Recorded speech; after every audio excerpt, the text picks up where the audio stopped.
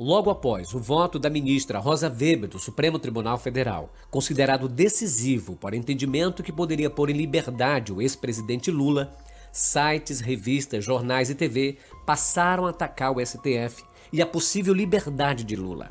Além de sites e rádios que atacam abertamente o STF e replicam as verdades de Moro e Dallagnol como antagonista e a rádio Jovem Pan, a revista Veja foi mais longe e lançou como matéria de capa a afirmação de Marcos Valério de que o ex-presidente Lula é o mandante do assassinato do prefeito de Santo André, Celso Daniel.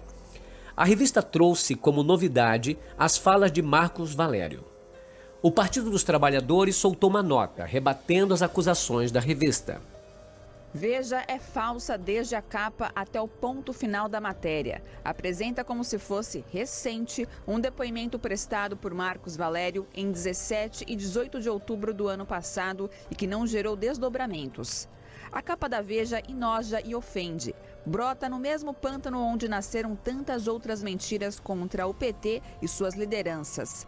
Revela o desespero dos que não aceitam o fato de que a farsa judicial contra Lula está desmoronando depois de 5 anos da mais sórdida e mais intensa campanha que já se fez nos meios de comunicação contra um líder político na história desse país.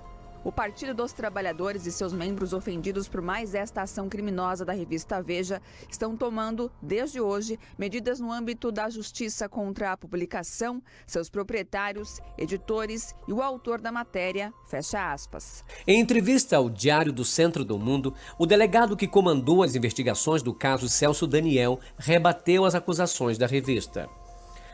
A Veja está querendo influir no julgamento da segunda instância e nessa farsa posso dizer com certeza que a ação de Mara Gabrilli, afirmou em referência à senadora do PSDB, que é filha de um empresário do setor de ônibus que admitiu em depoimento a uma CPI de Santo André que participou conscientemente do esquema de corrupção que existia na cidade mesmo antes da administração petista. Mara Gabrilli me ligou diversas vezes essa semana, tentando me influenciar a liberar um vídeo da oitiva. Não dei, contou. Sabia que eles estavam tentando influenciar no julgamento do STF, acrescentou. Mesmo assim, o vídeo não contém nenhuma declaração que liga Lula ao assassinato de Celso Daniel.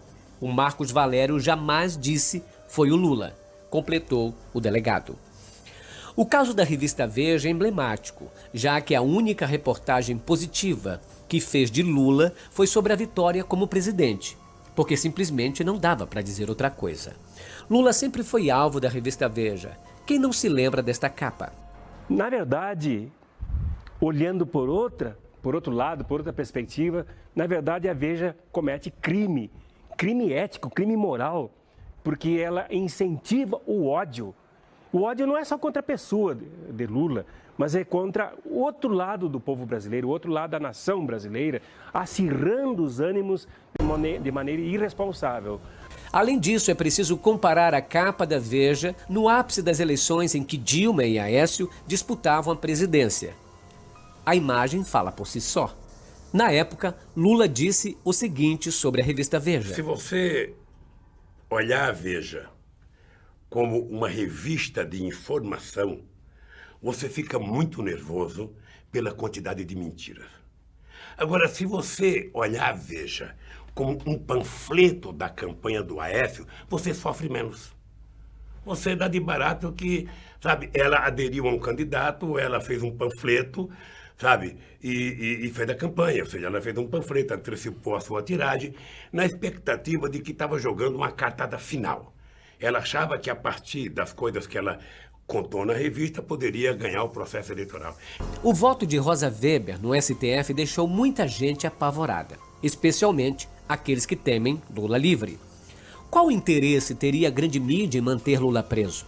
Por que Bolsonaro e Sérgio Moro temem tanto a soltura do ex-presidente? São perguntas que não querem calar. O jornalista Marco Antônio Villa, demitido da Jovem Pan por criticar Bolsonaro e conhecido crítico do PT e do ex-presidente Lula, fez o seguinte comentário em seu blog. Dá no Marcos Valério, que é um falastrão, páginas e páginas em a matéria de capa, né? E ele termina a longa reportagem com a seguinte frase: o novo depoimento, embora não traga uma prova concreta, colocou mais fogo numa velha história. Pô, isso aqui não é jornalismo. Você faz uma acusação de mandante de assassinato ao Lula, que mandou assassinar o Celso Daniel, seria um dos mandantes, e termina a reportagem dizendo que não tem uma prova concreta, a não ser as declarações de Marcos Valério, que é um falastrão, um condenado na ação penal 470. Interessante notar que a revista não fez matéria de capa do maior escândalo do partido de Jair Bolsonaro, do PSL. Nem o Laranjal, nem a briga interna sobre o dinheiro do partido, nem as denúncias de sua ex-jornalista Joyce Hasselmann contra as milícias virtuais. Quando a mídia quer, ela faz. Quem não lembra do áudio entre Lula e Dilma, que foi transformado em áudio bomba e que fez com que Lula fosse impedido de ser ministro? Ouça o áudio normal. Moraes, boa tarde. Maria Alice, aqui do gabinete da presidenta Dilma. Ela quer falar com o presidente Lula. Eu estou levando o telefone para ele, então. Só um minuto, por favor, que eu te passo, tá? Muito obrigada. Por favor. Tá bom, não. Cristina, já só um minuto, só, Maria Alice. Aqui. Tá ok. Alô? Alô, só um momento, presidente.